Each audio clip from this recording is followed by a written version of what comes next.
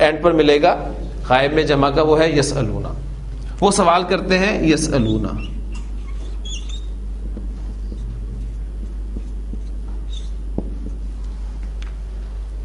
وہ سوال کرتے ہیں تجھ سے.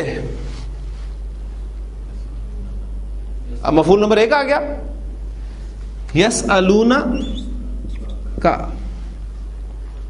وہ تجھ سے پوچھتے ہیں, وہ تجھ سے سوال کرتے ہیں.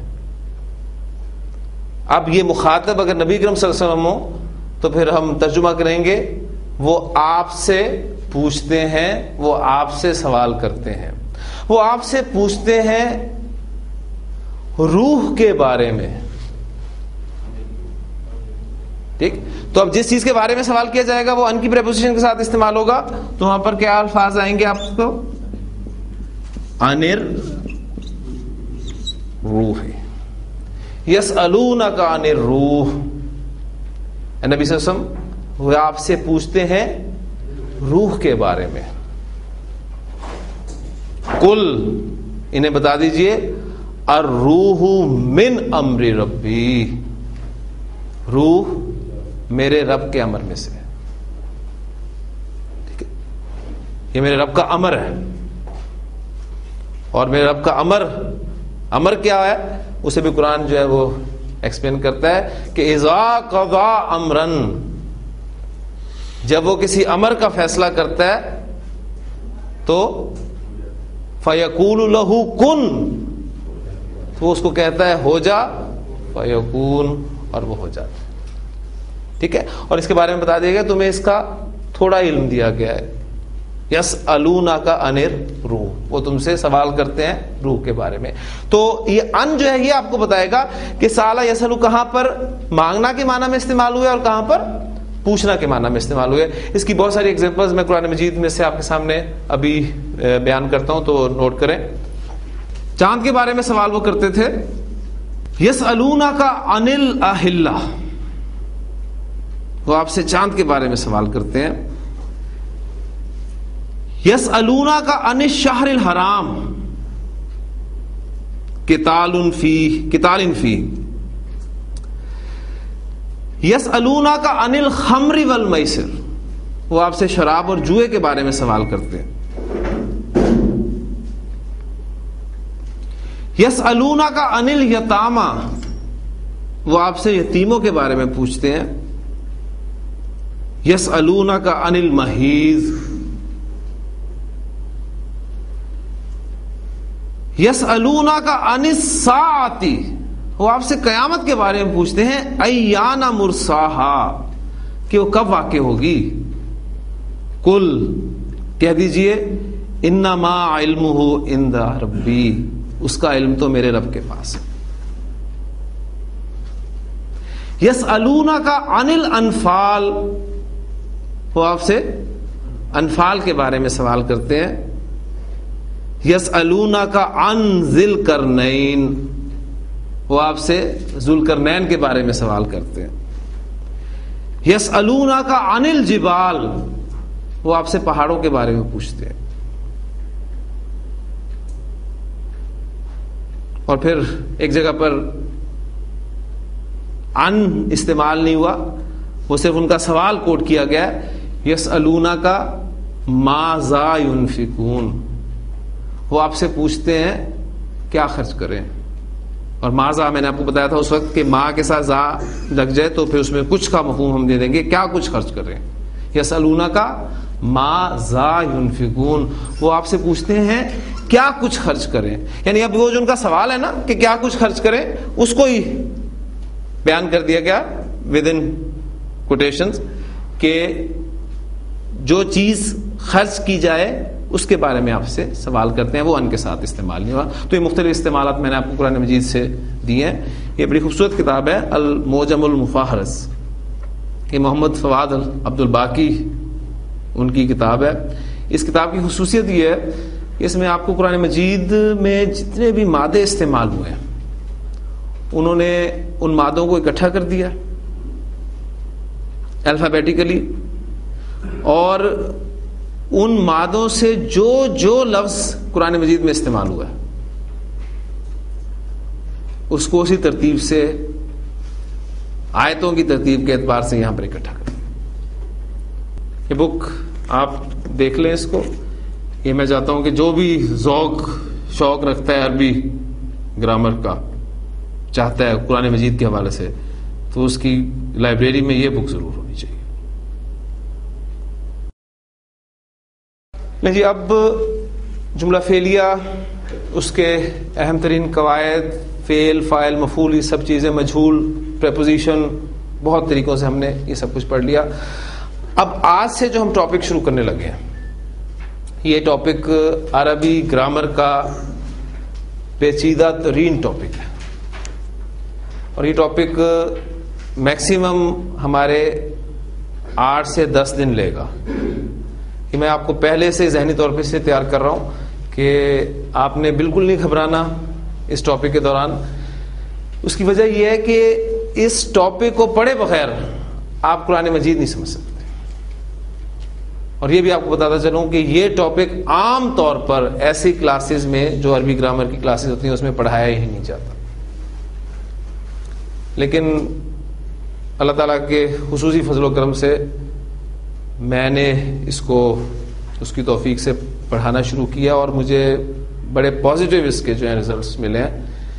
قرآن مجید کی آپ پہلی آیت سے ہی جب آغاز کرتے ہیں تو آپ کو اس ٹاپک کا کوئی نہ کوئی حصہ ملنا شروع ہو جاتا ہے، یہاں تک کہ شاید ہی آپ کو کوئی دوسری آیت ایسی ملے جس میں اس ٹاپک کا تذکرہ نہ ہو. اس اعتبار سے یہ ٹاپک ٹیکنیکل سا ٹاپک ہے. دیکھیں، جملہ فعلیہ کے حوالے سے جو باتیں، اہم ترین باتیں ہیں، وہ لوگ آپ سب سمجھ چکے ہیں، سیکھ چکے ہیں. ابھی کچھ ٹیکنیکل سی چیزیں ہیں، میں چاہوں گا کہ آپ اس کو صرف سمجھیں.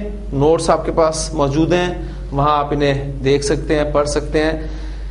جو پڑھانا چاہے گا بعد میں، اس کے لیے اس ٹاپک کو کور کرنا، اس میں غوطہ لگانا انتہائی ضروری ہے. لیکن جو لوگ چاہتے ہیں کہ بس سمپل ہمیں سمجھ میں آنی چاہیے، تو وہ اس سے سرسری طور پہ گزر سکتے ہیں. تو یہ خاص طور پہ میرے اس ٹاپک کے مخاطبین وہ ہیں جو قرآن مجید کو، اس کی زبان کو آگے لوگوں کو سکھانا چاہتے ہیں. لیکن سب کے لیے یہ بھی اس اعتبار سے ضروری ہے کہ اس کے بغیر قرآن مجید آپ سمجھ نہیں سکتے. اس میں چند باتیں جو ہیں وہ آپ اپنے پچھلے پڑھے ہوئے اسباق کے حوالے سے مجھے بتائیں گے. پہلی بات یہ کہ ہم نے ماضی کی جو 3 فہرستیں پڑھی تھی، ماضی کی ڈائز کی، فعلا، فاعلا اور فاولا، اور اس کے اعتبار سے مضارع کے جو کمبینیشنز بنائے تھے، یفعلو، یفعلو اور یفعلو. آپ مجھے ایک بات بتائیے ماضی کی 3 فہرستوں کو دیکھتے ہوئے کہ آپ کو اس میں جو ایگزامپلز دی گئی تھیں، ان ایگزامپلز میں کسی جگہ پر بھی آپ کو مادے میں، مادے کے جو 3 حروف ہیں، فا کلمہ، عین کلمہ، لام کلمہ، ان 3 کلمات میں کسی جگہ پر بھی، میں بات کر رہا ہوں فہرست کی، بورڈ پہ دی گئی ایگزامپلز کی نہیں، آپ کو ان تینوں فہرستوں میں کسی جگہ پر بھی حمزہ نظر آیا کہیں؟ یعنی یہ آپ نے ریزلٹس نکالنے ہیں. وہ میں نے آپ کو اس لیے کہا تھا کہ 3 فہرست بہت اہم ہے، ہم نے اس سے بہت سارے ریزلٹس نکالنے ہیں. آپ فعلا کی ڈائی اٹھا کے دیکھ لیں، فاعلا کی ڈائی اٹھا کے دیکھ لیں، فاولا کی ڈائی اٹھا کے دیکھ لیں، کسی جگہ پر بھی آپ کو حمزہ نظر نہیں آئے گا.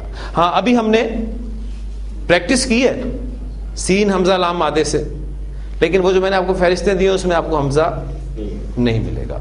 دوسری بات، آپ انہی فہرستوں سے نوٹ کر کے مجھے بتائیں گے کہ کیا کسی جگہ پر کوئی ایک حرف 2 مرتبہ ریپیٹ ہوا ہے؟ نہیں، کوئی ایک حرف 2 مرتبہ ریپیٹ نہیں ہوا. پھر تیسری بات، ان تینوں فہرستوں میں آپ کو کسی جگہ پر بھی واو یا یہ جسے ہم کہتے ہیں، یعنی یہ یا درمیان والا یا اور ہے، اور وہ یا لیٹر کی بات کر رہا ہوں، واو اور یا میں سے کوئی حرف نظر آیا؟ نہیں نظر آیا. اس کی ایک خاص وجہ ہے. اس کی وجہ یہ ہے کہ جب بھی کسی فعل کے حروف مادہ میں کسی جگہ پر حمزہ آ جائے یا کسی حرف کی تکرار ہو جائے یعنی ریپیٹ ہو جائے حرف, یا پھر واو اور یا میں سے کوئی حرف آ جائے, تو ہم جو بڑی تیزی سے یہ ماضی کی اور مضارع کی گردان کرتے ہیں نا, یعنی میں نے آپ کو ایک ورب دیا نون صاد را, اور اس کا ماضی مضارع آپ نے بنا لیا جی نصرہ ینصرو, اور گاڑی ہم نے چلا دی کہ نصرہ نصرا نصرو نصرت نصرتا نصرنا نصرتا نصرتما نصرتم نصرتی نصرتما نصرتنا نصرتو نصرنا, اور پھر ینصرو تنصرو تنصرو انصرو ننصرو ینصرانی تنصرانی تنصرانی تنصرانی ینصرونا ینصرنا تنصرونا تنصرنا تنصرینا.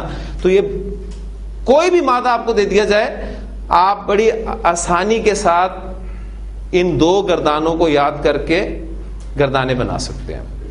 لیکن جب بھی کسی فعل کے حروف مادہ میں حمزہ آ جائے, کوئی حرف ریپیٹ ہو جائے, یا واو اور یا میں سے کوئی حرف آ جائے, تو یہ گردانیں اتنی تیزی سے نہیں بنتی.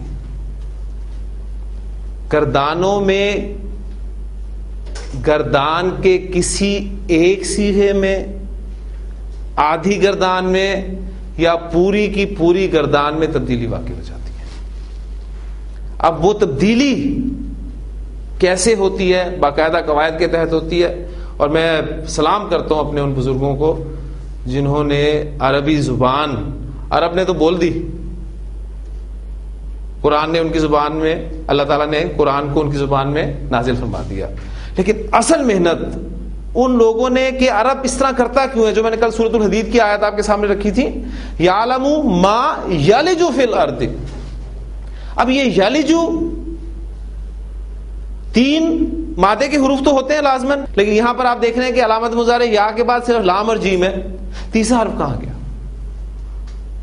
وہ تیسرا حرف ڈھونڈا انہوں نے کہ وہ تھا کون سا اور گیا کہاں, کیسے گیا. یہ ان کی محنتیں ہیں. بس وہ محنتیں کس طریقے سے باقاعدہ آپ کو اس کے پیچھے قواعد ملیں گے. تو ہلکا سا ایک ٹچ میں آپ کو دوں گا ڈیلی ایک ٹاپک پر, اور انشاءاللہ تعالیٰ یہ 8-10 دن میں ہم یہ ٹاپکس مکمل کر لیں گے. پھر اس کے بعد پھر ہمارا جو ہے وہ ایک سموتھلی کام انشاءاللہ تعالیٰ چلے گا. تو پہلی بات نوٹ کر لیں کہ جب بھی کسی فعل کے حروف مادہ میں حمزہ آ جائے, نمبر 2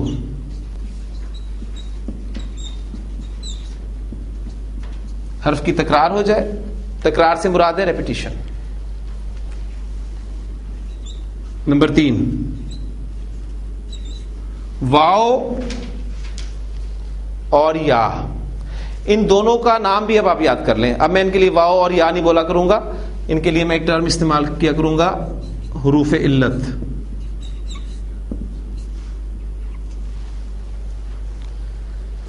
کسی بھی فعل کے حروف مادہ میں کسی جگہ پر حمزہ آ جائے, کوئی حرف ریپیٹ ہو جائے, اس کی تکرار ہو جائے, یا حروف علت میں سے کوئی حرف آ جائے, تو وہ فعل